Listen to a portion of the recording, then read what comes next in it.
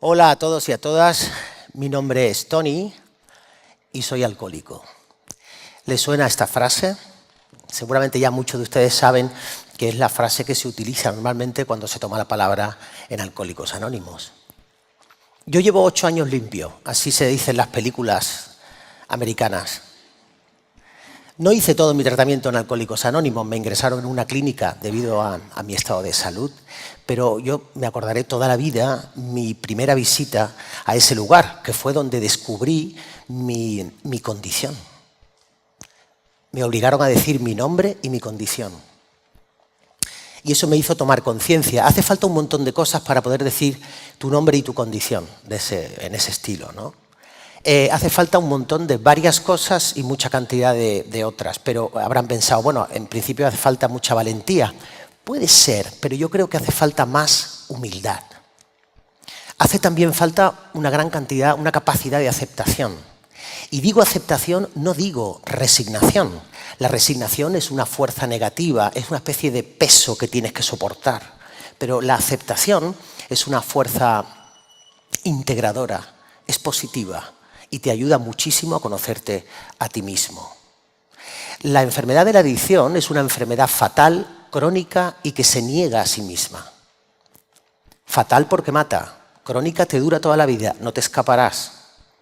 Y se niega a sí misma. Sí, el enfermo de adicción no acepta que esté enfermo, niega su enfermedad. Por eso es una enfermedad mental. Así lo dice la Organización Mundial de la Salud. Es una enfermedad mental, física y que tiene la característica de la dependencia a sustancias o comportamientos. Hay un señor, Piedrabuena, que enriquece esta definición. Piedrabuena escribió un libro fantástico que se llama ¿Por qué nos drogamos? Y Piedrabuena enriquece esta definición diciendo que no solo eso, creencias, vínculos o ideas también son adictivos. Y lo que más me gusta de la definición de Piedrabuena es que dice que los adictos usamos estas cosas para tapar nuestro malestar existencial. ¿Vale? Esto es lo más bueno. Ese malestar existencial, en algunos momentos yo he visto algunas entrevistas que nos han hecho en general a personas de mi condición y hay una palabra que se repite, vacío.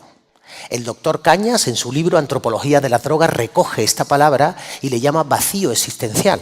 Y aunque parezca muy poética, resulta que cuando llega la neurociencia y analiza el cerebro de los adictos, se da cuenta que no segregamos, como las personas no adictas, las hormonas de la felicidad con tanta facilidad, las endorfinas, oxitocina, ahora que está tan de moda, ¿verdad? Entonces hay una base científica para llamar vacío a esa cosa que tenemos dentro. Y ustedes pensarán hasta aquí, bueno, vale, muy bien, muy bonito, pero ¿y a mí qué me importa esto? Vale, mi idea es que tenemos mucho más en común de lo que ustedes piensan. Yo creo que nos atañen los mismos problemas existenciales. Lo que ocurre es que las consecuencias para los adictos, como decíamos al principio, son fatales. Y las consecuencias para una persona normal, bueno, llamémosle no adicta, igual no son fatales, pero puede ser que si no hagan algo parecido a lo que hacemos nosotros, tropiecen una y otra vez en la misma piedra, o lo que es igual, no sean felices. Vamos ya más o menos por ahí, por el sitio. Voy a intentar demostrar que existe un triángulo muy estrecho entre el individuo, la sociedad y la enfermedad, que en el caso de la gente normal, vamos a decir no adicta, sería la no felicidad. ¿Vale? He hablado de la sociedad. Waston y Bundy, que han hecho un libro fantástico que también recomiendo, que se llama Querer no es poder, dicen que uno de los grandes factores de riesgo es la sociedad en la que vivimos, porque esta sociedad es adictiva.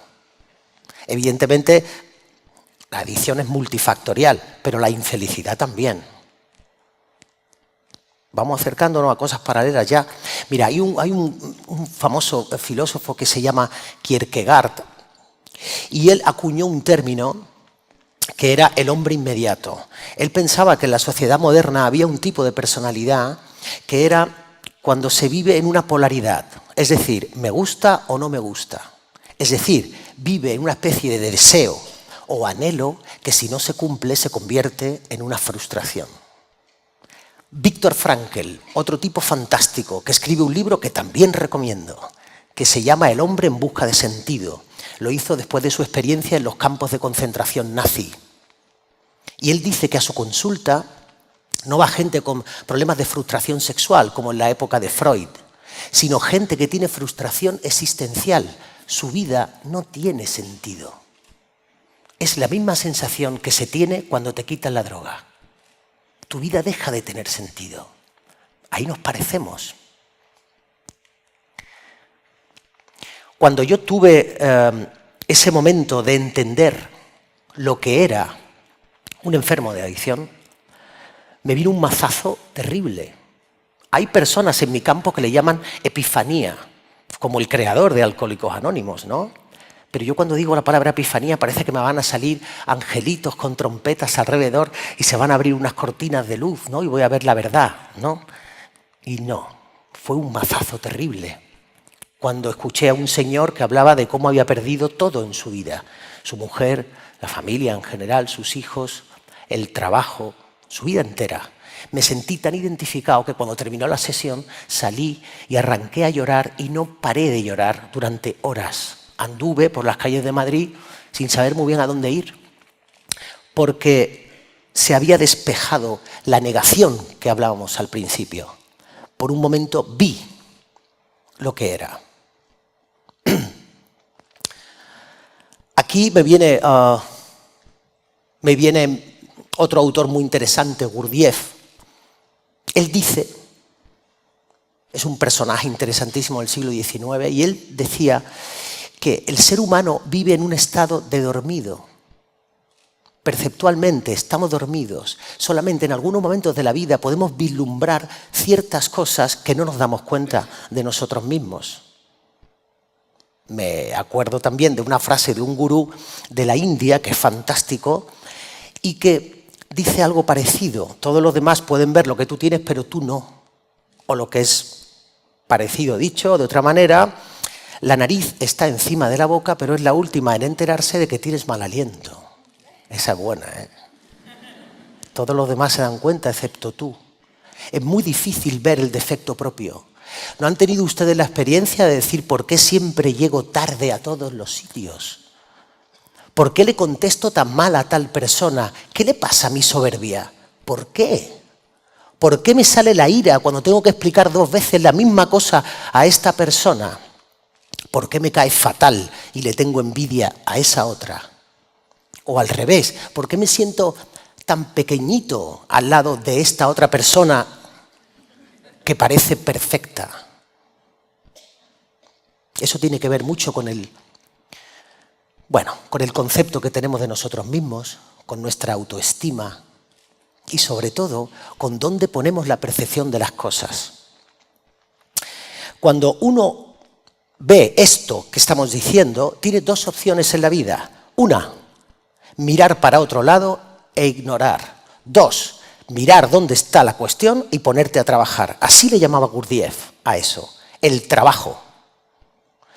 Pero resulta dificilísimo. Preferimos mirar para otro lado y continuar hacia adelante. Créanme que conozco a muchas personas en mi campo, en la adicción, que lo han hecho y le ha ido fatal. Y a personas que sin ser adictas han tropezado una y otra vez en la misma piedra y han sido infelices porque no le han atacado al asunto en concreto.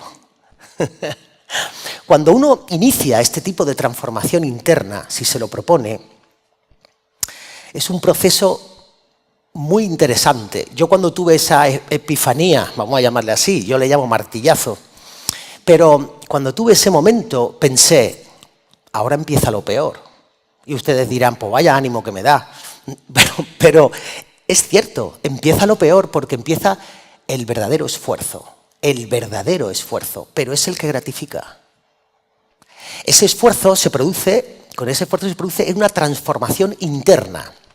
Los griegos antiguos hablaban de esta transformación interna. Decían que había que morir y volver a nacer en vida, siendo una persona completamente nueva. Le llamaban metanoia. Se metían en una cueva y estaban en un estado alterado de conciencia durante muchos días hasta que perdían la noción de sí mismos. Tenían un chamán que le ayudaba. En aquella época eran medio doctores, medio chamanes. Pero para ellos no había metáfora, era real. Una oruga hacía una crisálida y de la crisálida salía una mariposa con alas, que es como el alma humana. Y para ellos era absolutamente real, no era metáfora. Cuando uno hacía esa transformación interna, de pronto, en su vida, tenía un tiempo que vivía todo como de color de rosa, ¿no? Nosotros también lo hemos tenido en nuestro proceso personal. ¿Te crees que ya está todo hecho? Y no. Ese tiempo se tiene un equilibrio interno que dura poco, porque la vida es una tormenta y hay que mantenerlo. Y se utiliza en la psicología actual todavía esa palabra para definir el estado tranquilo de un paciente. Se llama homeostasis. El paciente digamos que no tiene grandes altibajos. Ni está demasiado triste, ni demasiado feliz, ni demasiado, ¿sabes? Está como en su puntito, pero no dura siempre. Cuando eso ocurre durante un tiempo, nosotros empezamos a... Fijaros, antes se ha mencionado aletheia o Alicia, hay muchas formas de pronunciarlo, aletheia con TH, que es ese momento, otra palabra griega preciosa, cuando la verdad que ha estado oculta durante mucho tiempo ante ti, aparece. Y ustedes dirán, ¿por ahí? No, todavía no. Todavía no. Es difícil mantener ese equilibrio interno y ver la verdad constantemente, es muy difícil. Durante mi proceso, me he fijado en muchos compañeros y he pensado por qué hay algunos compañeros que salen adelante y otros que no. ¿Por qué hay personas que recaen y no vuelven al camino de la transformación? Se puede tener un tropezón, pero no volver. ¿Qué es lo que ocurre? Y he llegado a reflexionar qué cosas se tienen para poder salir adelante. Por un momento pensé, a lo mejor resulta que es la vocación. Hay que tener una vocación, no sé, yo tengo la vocación del arte, la música, las letras, a lo mejor eso ayuda. Entonces cruzó en mi vida la palabra ikigai, propósito, en japonés. Dicen que tener un propósito es una guía en la vida, por lo menos una guía interna. Y pensé, a lo mejor es eso, hay que tener un propósito. Yo tengo familia que me quiere, me siento querido en general, me siento ayudado, no estoy solo. A ver, a lo mejor es eso. Y es muy curioso cómo el cosmos a veces te da la respuesta de cosas que te preguntas. Apareció una entrevista de un futbolista muy joven que dijo que se retiraba y que dejaba el fútbol. Y la periodista le preguntó, ¿pero por qué si estás en la flor de tu vida, tienes 20 años en tu carrera? Y dijo el chaval, era argentino creo, y dijo, porque mi papá murió y yo jugaba el fútbol para él, por él. Mi papá, su máxima ilusión era que yo jugara al fútbol. Y cuando ha muerto ahora no tiene sentido tampoco.